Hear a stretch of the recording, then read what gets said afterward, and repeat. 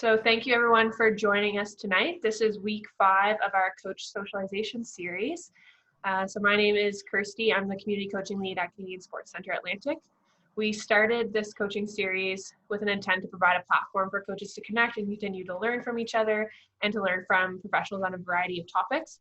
So tonight we have DeRoo here with us to talk about how to manage and adjust our goals when necessary. So as mentioned earlier, keep your mic open if you want to ask Tina some questions, or use the chat box as well whenever you have any questions or comments.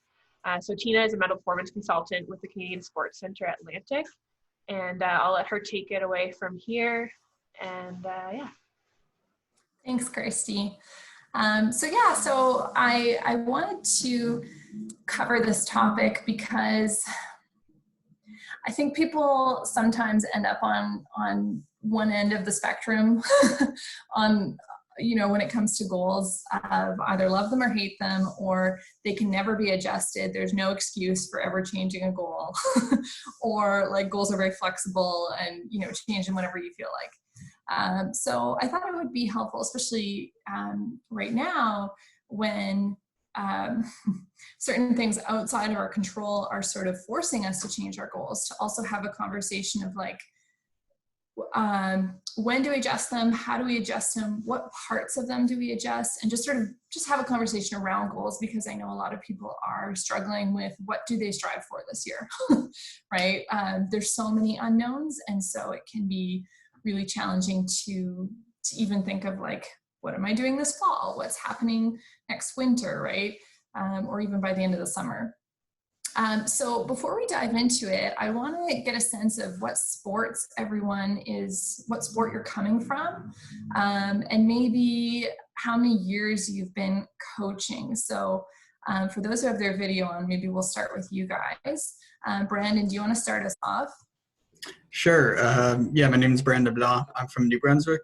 I coach athletics, primarily distance events. I think that answered everything.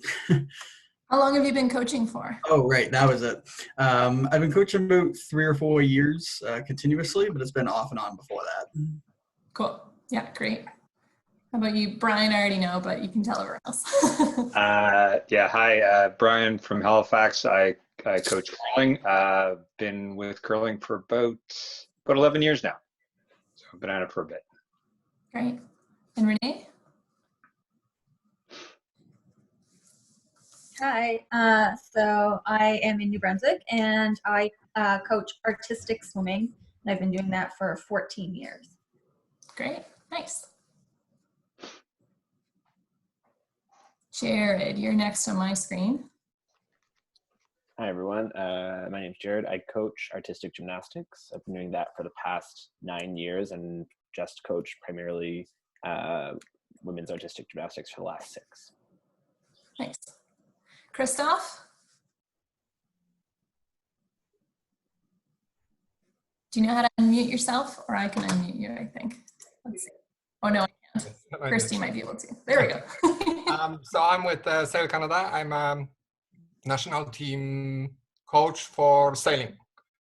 And I have been coaching for, this is actually a really good question. I don't know, 10, 12 years. 12 years. Nice, great. And I don't know. Okay, I wasn't sure if that was a username or. No, my first name's Ennio. So. Great. And I'm in Vancouver, BC. So it's great to join you guys. I coach hockey, and I've been doing it for about 38 years. So. Awesome, love it. Chantal? I coach rowing, and I've been coaching for 35 years. Great. Oh, that's good. There's another. Another oldie. Yay. How about you, April? So I coach the women's soccer team at Redeemer University in Ontario. And I've been coaching it's my 4th year as head coach, but 7 years coach. Awesome. Good. Got a good range of experience here. Thorsten? Hi there. It's Thorsten calling from the Northwest Territories, and I do table tennis, and I think it's more than 20 years now. Cool. The first time I saw table tennis like live competitively was at Canada Games, and I was like, wow, this is so much more intense when it's live. It was it was great. And I don't know who Pixel 2 XL is, but if you can figure out how to unmute yourself, hop in, tell us what you coach. Can you hear me? Yeah. Okay, so yeah, I coach sport climbing, wall climbing, indoor climbing for about 5 years now. I've been coaching. Wow, I love it. We have no duplicates of sports that are being coached. That's great. Really, really wide array of sports. So on last week's call, I was sort of using this thing called Mentimeter, where people were answering questions as far as like what they were getting out of these sessions. And one thing that a lot of coaches mentioned was connection. So again, the more you guys can sort of chime in, the more you learn from each other. And there's a ton of experience here. So don't let me talk the entire time. Please chime in, ask questions. I think it makes it more fun. So, Kirsty, I don't know if you can control muting, or there we go. Cool. Okay, so we're talking about sort of when and how do we adjust goals. And I think it's helpful to at least get on the same page as far as what we're talking about. We've done another session on goals, and I wasn't on that one, but I did listen to it afterwards. And that one was sort of more focused on almost organizational goals and goals like for the club versus like personal goals like that an athlete might set or that you might set for yourself of like something that you want to do in the next couple weeks or over the summer for yourself. So who, just like raise your hands, were you here to hear more about when and how to change organizational goals, go on this side of the screen, or personal goals? So organizational for your club, for your sport, versus personal goals for like you, your athletes, sort of that end of the spectrum, or both. I guess both is an option. Okay, we're a little bit split. Okay, so I'll try and cover both so that everyone gets a little bit of value out of this.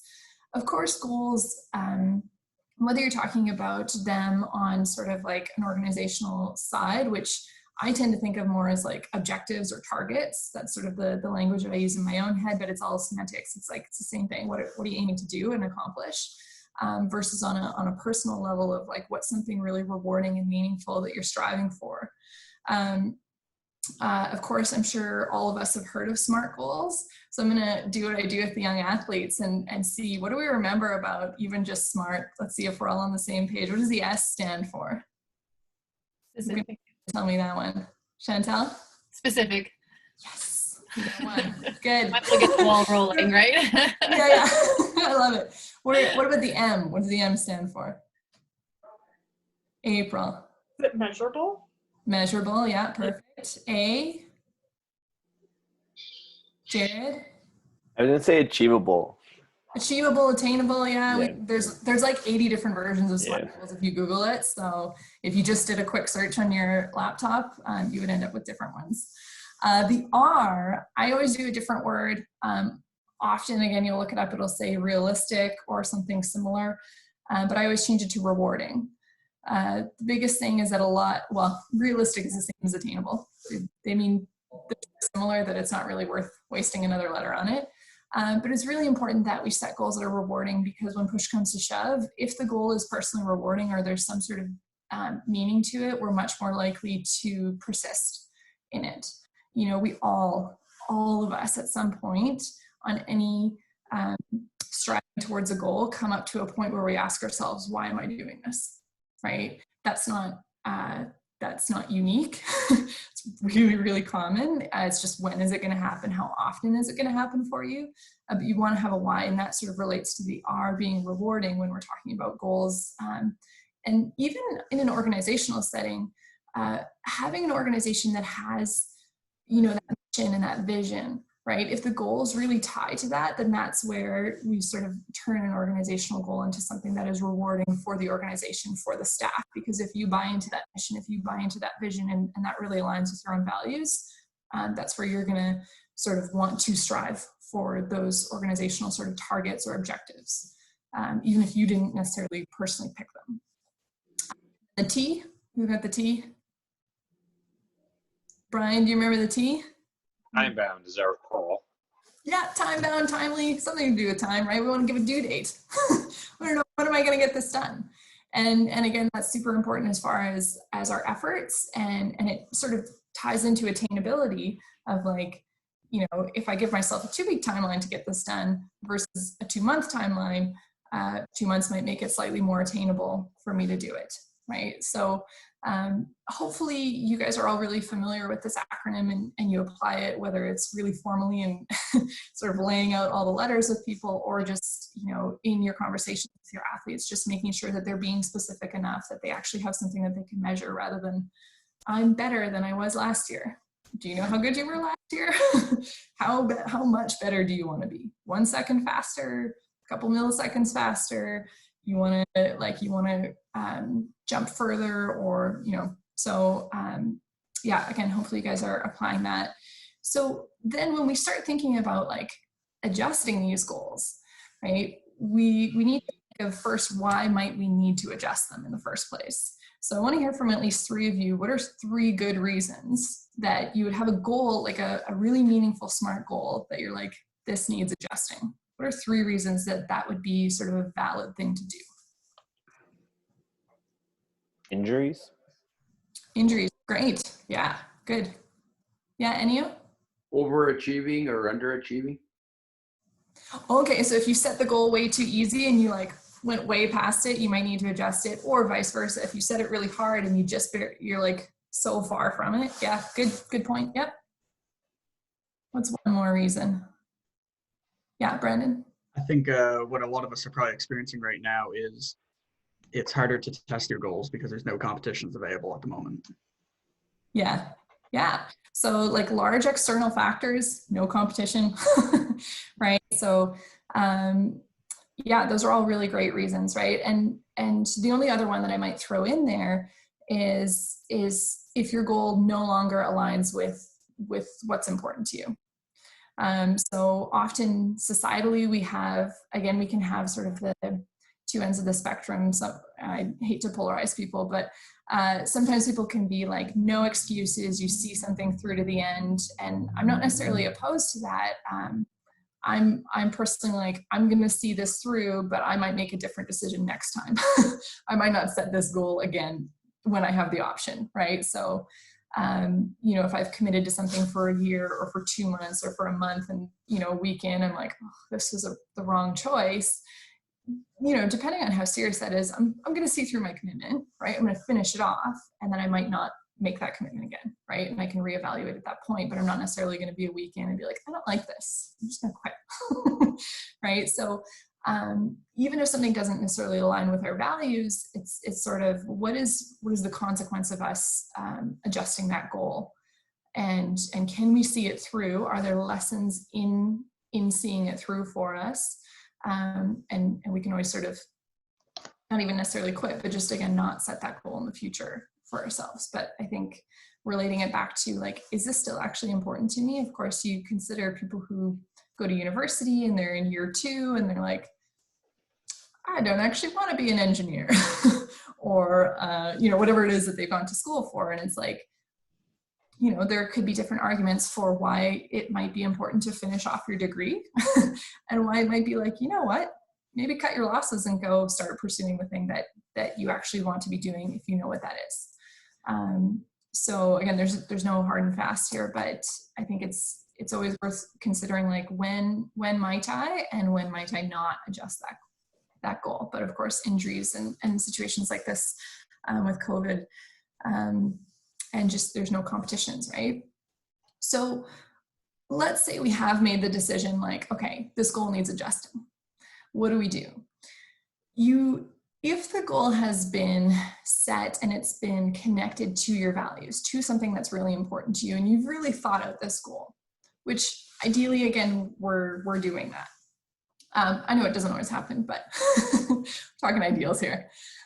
So in that case, you want to go like, why did I set this goal in the first place? What really was it about? Okay, so for competition, the common error that a lot of humans make is thinking that my motivation, my source of motivation, is what motivates you, right? So one person might compete and want to be the best so that they can inspire other people to push themselves, to be like, look, if I can do it, you can do it. That might be one person's motivation to want to strive to be at the top. Another person's motivation might be to prove someone wrong. Another person's motivation might be to just see what they're capable of, right? One person might be to be the best and to, you know, show how amazing they are, right? And sort of show off. There's no one motivation for why someone wants to compete. So when you're working with your athletes, when you're thinking about your own program, it's like, what is really behind this? If we set this goal to try and, you know, inspire people to push themselves, is there another way that I can inspire people to push themselves without hitting this exact target? Right. So I'm going to give an example with this. So since I moved to Halifax, I've lived here 3.5 years. And since I moved here, I've been part of a running group. We meet every Sunday morning at 9 a.m. and we go for a run. And for me personally, the reasons that I'm part of that group, friendship, fitness, getting outside, those are sort of the main things. So right now we can't meet. So on Sundays now we have our 9 a.m. Zoom call. So we sort of take care of that friendship part, right? For me personally, I've had different injuries with my feet and my ankles in the last couple of weeks. So I'm like, okay, well, I can't necessarily get the fitness piece out of it. So I've been going walking or going for bike rides or doing yoga. So doing other things to sort of get the fitness piece in, right? And then as far as getting outside, I'm like, okay, well, I'm inside a lot, way more than I ever have been. And my soul and my heart does the best when I do get outside regularly. So Kirsty and I set up a little challenge to sort of see sunrises, as many as we could. So I've been getting up early, not every single day, but a lot of days I've been getting up early and just like, even if it's for 20 minutes, just getting outside and seeing the sunrise, taking pictures of it, posting it online. It's a little bit of accountability there, right? And it's like, okay, those were the reasons that I had that in my life, and that can't be there. So how do I still hit the whys with other things that I'm doing? Okay, so that is the piece that we need to consider when we're adjusting our goals. What was this really about? What was this really about for me? Right? And how do I still get that without the same surface thing? So if possible, if you guys are open to it, maybe we hear from one or two people. What was either, maybe you can share a goal of an athlete, don't share their name, but just something that they were striving for, and then something that stopped them, and then maybe, you know, a compromise or a different way that you worked around that, or something for yourself, sort of a similar example of like, well, I wanted this, and then that wasn't possible, and then I, you know, sort of modified it another way. Does anyone want to share? I can share. Yeah. Okay, we've got two. You can go first, Jared. Sure. So I coach gymnastics, like I mentioned, and one of my athletes, their short-term goal for this year was to qualify for the national championships. In order to do that, they have to get one higher score or a lower score twice. And they achieved that low score one time, and they were really excited, like, okay, we're doing it, it's gonna happen. We had a few more competitions left to qualify. And then everything stopped. And so this was the first time they were gonna qualify for the championships. And so we've been meeting and discussing, like, okay, why in the long term of your athletic career, what was important about qualifying for nationals? And their long-term goal is to make it to Canada Games. So we said, you know, this is in our 4-year plan to make it to Canada Games. You know, yes, we have to adjust this year more drastically, but it still doesn't necessarily change how we're going to get to the end goal of what you want to accomplish. You know, yes, your training is different right now, but we're going to have more opportunities to come leading up to what the big goal is. So focusing on a bigger picture right now and the process rather than the end results. Yes, I love that. I've had a very similar conversation with maybe a different gymnast. Chantal, how about you? I was training 4 athletes for the Canadian high school championships. And one athlete was on a 1-year exchange from Switzerland, so this was the only opportunity ever for this person to compete at that race. So that just, everything's canceled, so he just doesn't get to do that one. However, he achieved all of his process goals en route to that. Like, everything was on its way, and in our goodbye session, he was very happy with what he learned. He's taking it back, and he'll set new goals when he gets there, when he gets out of isolation. And another, in that same group, one of the athletes is in grade 12, so his final year. And he had been recruiting and training and putting off going to this specific event for all 3 years of his high school in order to create a training group around himself and take more people than just himself. So this was the year that we were going to get to go. Three times it's been canceled on him, and for whatever reason, and he's just not going to get there. Yeah, that one was really hard because it'd been a build and a disappointment and a build and a disappointment already. But fortunately, he gained a scholarship, so we were able to shelve the disappointment and focus on the next challenge of staying in shape and being ready for university rowing in August. So, but that one was, it was a really hard one. That is harder, of course. And I think probably all of you as coaches, whether it's this year or whether it's been, in the last 7 to 30 plus years, right, that you have similar stories of times where things just, for whatever reason, did not manifest the way, we did all of the planning, we sort of did everything right as best we could, and then it just didn't happen. And yeah, I think when an athlete or as a coach, if you're sort of going through that, I think it's really important to give yourself time to grieve that, right? So like, it's okay to be upset about it for a little while, right? And just feel that. And at the same time, if and when there are sort of positives in the situation, sort of holding both of those at the same time, that, I think a lot of us I've certainly had days like this over the last couple of weeks where it's like, it's almost just confusing. Like, there's some really positive stuff, and then there's just some really heavy stuff. And it's just like, there's just all of it, right? It's all there. And it sort of relates back to a lesson that I do with a lot of athletes, which is around seeing colors. So we can even do this right now. Might be interesting. So each of you, if you just look around the room around you, and just look for everything that's red in that room. So you might have a really bland room, I'm not sure, but do a full 360, sort of look around, you notice all the things that are red. It even counts the little microphones on the screen. So if that's the only red in your room.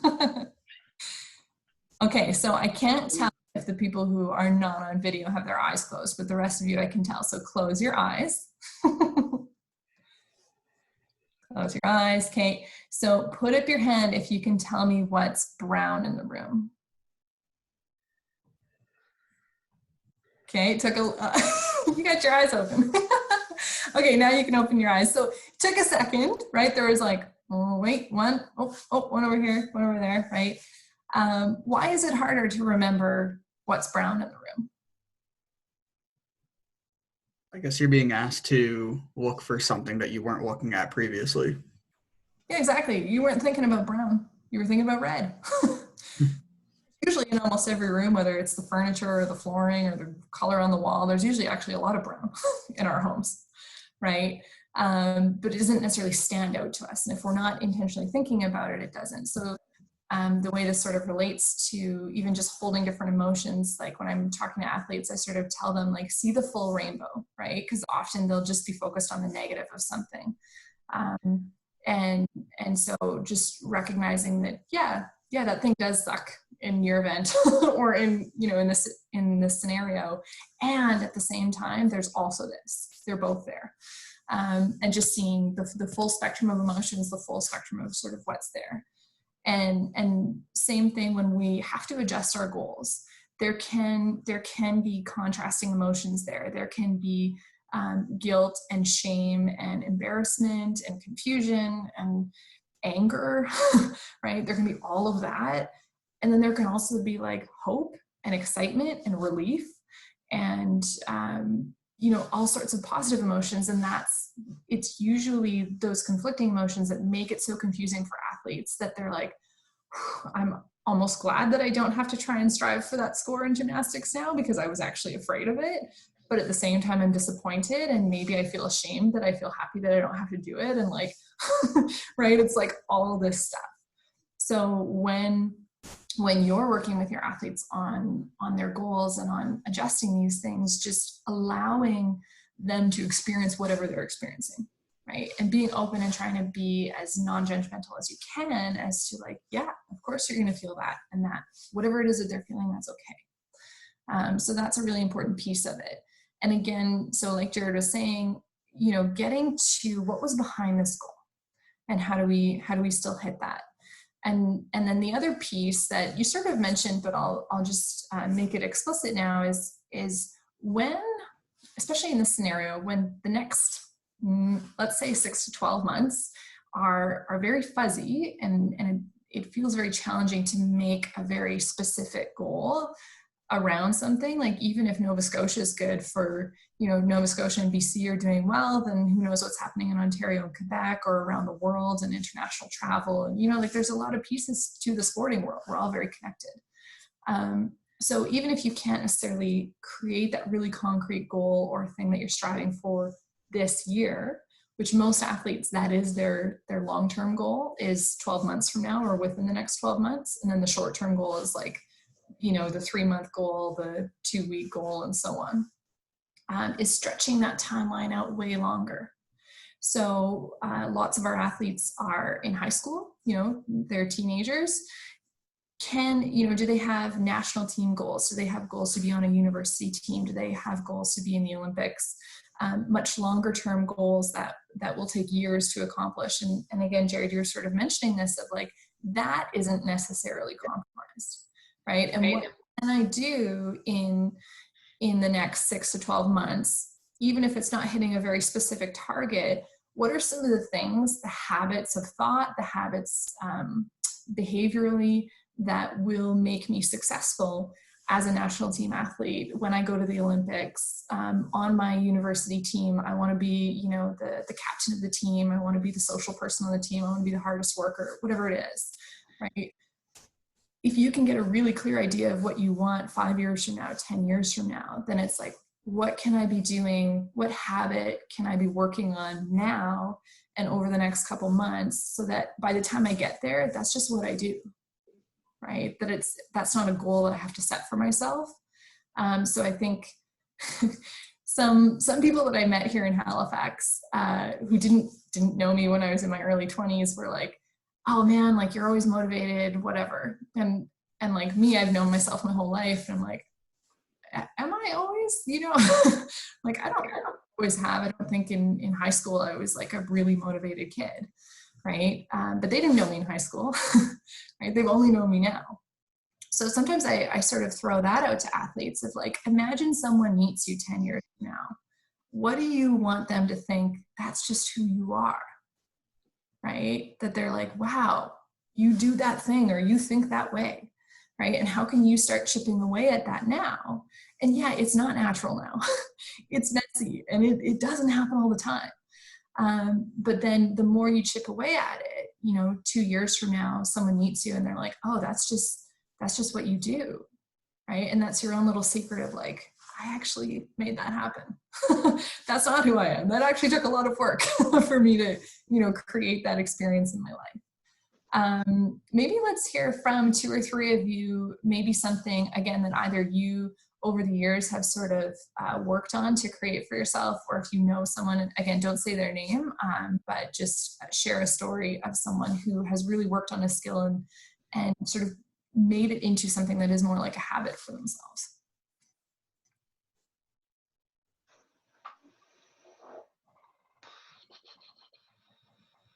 maybe that one's a little harder to think of. Yeah, well, maybe I'll jump in. One of my athletes is also my son, so I get that extra double fun of coaching him and living with him.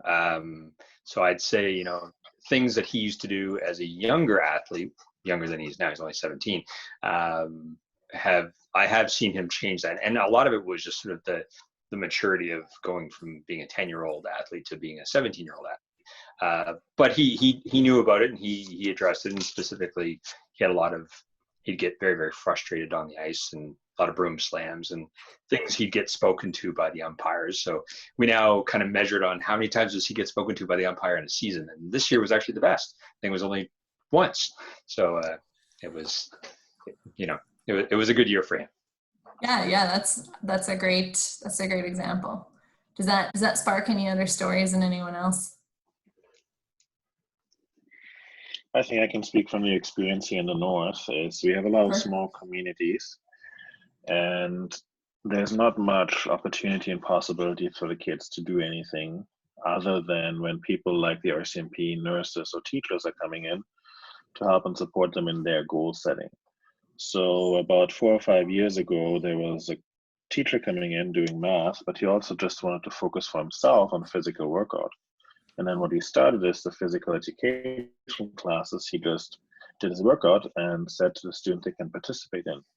And so 2 or 3 years later, now we have 2 or 3 kids in recreation programming all over Canada and just trying to learn more about it. We still have 2 or 3 high school kids now here where they want to engage in sports. They were Canada Games athletes in badminton and table tennis, and it's just nice to see then when we have that role modeling aspect that everybody will follow it.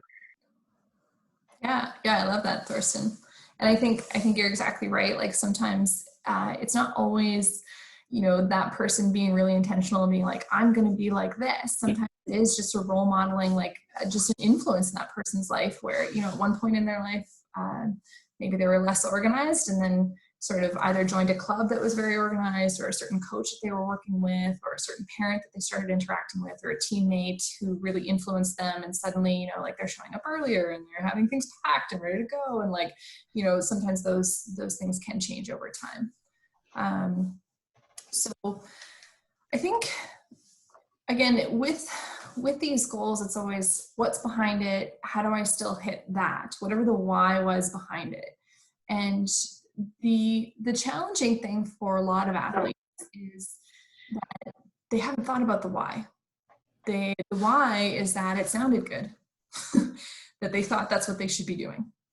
And I've certainly set many of those goals. And I actually, on my first sort of goal coaching meeting when I was probably 19, and my manager at the time was like, okay, like fill out these sheets, give it to me a couple days early. I'm going to take a look at it, and then we'll have a meeting, we'll talk about it. And it's like, okay. I had all these goals written down, and literally the first thing that they asked me was like, do you actually want to achieve any of this? And I was like, some of it. A lot of it, no. Like, you know, and that was such an impactful question. Of course, like 12 years later, I still remember it, but a lot of the time, you know, it's like, oh, I set a goal that I want to do a triathlon. Why? Because it sounded cool in my friend group at the time. It seemed like a very trendy thing to do. I genuinely dislike swimming lanes. So that's, you know, not something that I'll never do, but at the time I was like, I actually don't really care to do this, right? So the other challenging piece of this is when you're having a conversation with an athlete and it's like, hey, what was behind that goal? Like, why did you set that? They might not actually have an answer. So what I think in that scenario is it's a great opportunity to start a conversation. From this point forward, can they set goals that have a big why behind them, that have some sort of meaning, have some sort of reward? There's an activity that you can do, I think it's called the 7 Whys. And it's actually pretty mind-blowing. We won't do it, but I'll maybe even give an example of like a few layers of it. But really all you do is you just keep asking why that. So it's like, oh, I want to get a gold medal. Oh, cool. So you want to get a gold medal. Why do you want to get a gold medal? I think it would, you know, I'd be really proud of myself. Cool, so you'd be really proud of yourself if you got a gold medal. Why would that be important to you to be really proud of yourself? You know, because I wanna prove that I can accomplish something. Okay, great, so you wanna accomplish something, you wanna prove that. Why do you wanna prove that, right? So that's only 3 whys deep. You can imagine how after 7 times you get down to this core of why. Why am I doing this? And then when you set goals from that, when things get challenging and they're rough and they're uncertain, you're like, I still need to make sure that this is happening for me to live a meaningful and purposeful life, for me to get up in the morning, for me to, you know, put structure into my day. That, if you've never done it, it's much more challenging to do it for yourself, right? Like, of course you could do that you could write in a journal, like just start writing stuff down and be like, but why? And write another reason, but why? And go through those layers. It's way more powerful when somebody asks you, especially someone that you don't know, like an actual stranger. So I've done this at a workshop with someone that I didn't know them before and I still don't know them. But in that moment, it was like, it got so deep. It was like, wow, that's why I do what I do. You know, it's sort of like a little mind-blowing moment. But so that might be something if you are having a conversation. It always depends on context, like how close are you with the athlete and sort of how long is your working relationship with them? Is it just a few months, or are you working with them for like the next decade, right? And their age and so many factors, right? But that might be a way to start that conversation around what is in it behind them. And if they haven't had anything in the past, how can they from here forward sort of set goals that are more meaningful? So I think what we'll do is we'll sort of wrap it up there. And I just want to leave time for some questions, comments, stories, you know, whatever else you guys want to add in. Yeah, we'll leave it open. So any thoughts, any questions, any yeah buts, those are always good, of like, yeah, I hear what you're saying, but what about this?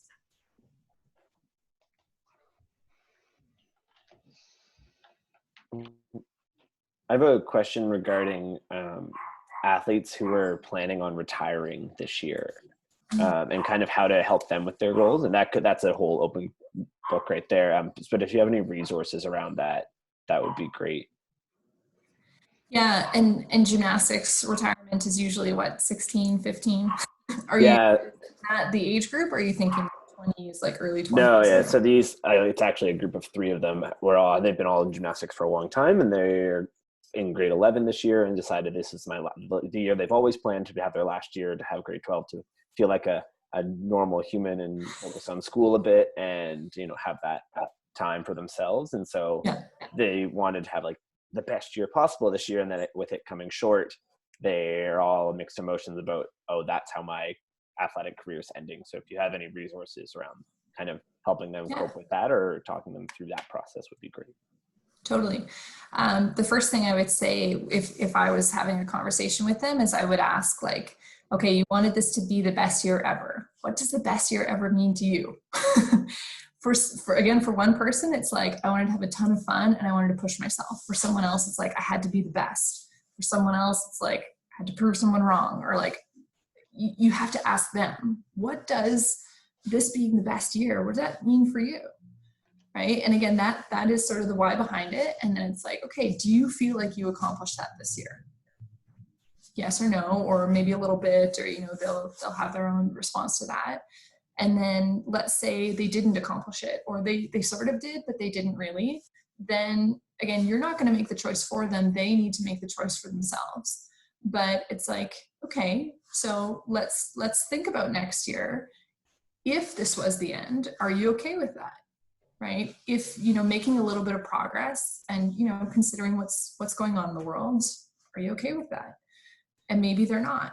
Maybe they're like, I feel like I have unfinished business. I still want to have more fun with my teammates, or I still want to be the best, or I still want to prove that thing. Then it's like, okay, well, you know, maybe you need to consider doing another year. But again, as the coach, I'm not necessarily going to make that decision for them. They need to want it more than I want it for them. But what you are doing is you're just asking questions, you're getting them to consider, because again, with sport, sometimes people assume that sport's always good, that it's always going to create these, these great characteristics in people, and it doesn't necessarily. But when we ask questions, when our athlete isn't around us, we want them to ask themselves those questions again, right? We want them to have a little coach on their shoulder being like, okay, what was in this for you? What did you really want to get out of this? Did you get it? Okay, maybe you did or you didn't. Okay, so how big of a deal is that to you? Do you still need to put more time into it, right? So for each of you as coaches, you all have your own slightly different philosophies, and that's the beauty of it. But recognizing what questions do you want your athlete to ask themselves around this scenario? What, when they're 3 years out or 10 years out and they come back to you, you guys meet up for a coffee or whatever, like, what do you want them to have taken from this experience? Like, I always think with personal training clients, I'm like, I want you, regardless of what your fitness level is, I want you to know that you're capable. You're always stronger than you think you are. Your brain will always stop you before your body will stop you. So that's, if they learn nothing else from me, they forgot the form, they lost the shape that they were in, whatever. If they have the belief that they are stronger than they think they are, then when they go into the gym next, or they go to that dance class, or they go pick up climbing, or they, that my hope is that they're going to push themselves, right? So each of you can sort of consider, like, what's that thing for me, that core belief, or that core question that I want them to ask themselves that I think will be really valuable for them. And I can ask them that question, and I can be consistent with that question.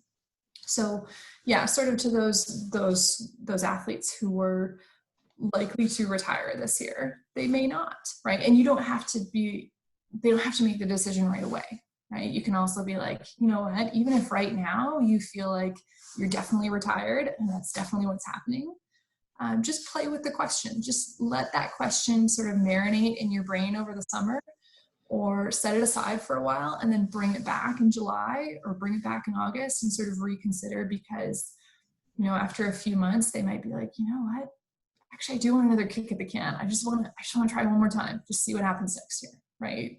And they might be done. Either way, they're going to be so committed to that response, whatever it was. They're going to be really sure that they're done, or they're going to be really sure that they're not done. Right? You don't want to make that decision for them. You want them to decide, so that whatever they're doing, they're in it. Does that help, Jared? Okay, cool. Any other thoughts, questions, stories, things you want to add to help Jared out? Or I can share something from my experience. Yeah, great. Well, in my short, only 10 years coaching career, I've worked with both younger youth sailors. Right now, I'm working with the Olympic team, and maybe I'm still unable to set proper goals, but I can see 3 different stages of athletes and how I go about the entire goal setting. So there is the early stage where athletes are young, where the factor of fun is super important, when we're just playing around, and it's the coach's job to make sure that kids are progressing, are getting better, and they are just having fun. At the highest level, I do agree, setting up specific goals, identifying your gaps, identifying your strengths, allow you to make those next small steps, which obviously every next step is much harder to make.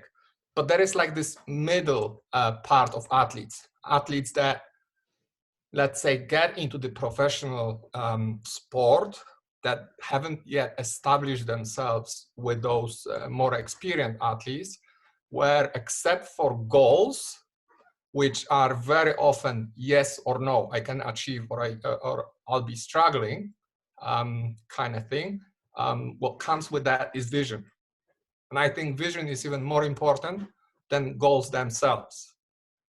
It's the vision and how I see myself doing, getting better, getting closer to my goals, is actually what keeps them motivating. Because I don't know how in other sports, but sailing is very, very expensive. People don't stop because they stop liking it. They usually have to stop because money ran out. There is no more supporters. And if somebody stops at the early stage, even somebody that has potential, and looks at piece of paper, pros and cons, proceeding with achieving my goals or staying back, math will never be on our side. Never ever. Mathematically, it doesn't make sense because it costs a lot. Europeans have everything. In Europe, for us, it's more expensive, more taxing, more exhausting. Everything is more on our side. So math never is on our side. But it's that vision that allows you to push through what today seems to be a hard day, but creates another opportunity tomorrow that will actually allow you to go day by day, year by year, and then maybe you'll get to that higher level when you actually realize, yeah, I can do that, and set up those a little bit more specific goals. So yeah, that's just yeah, I love that. My perspective. That's great.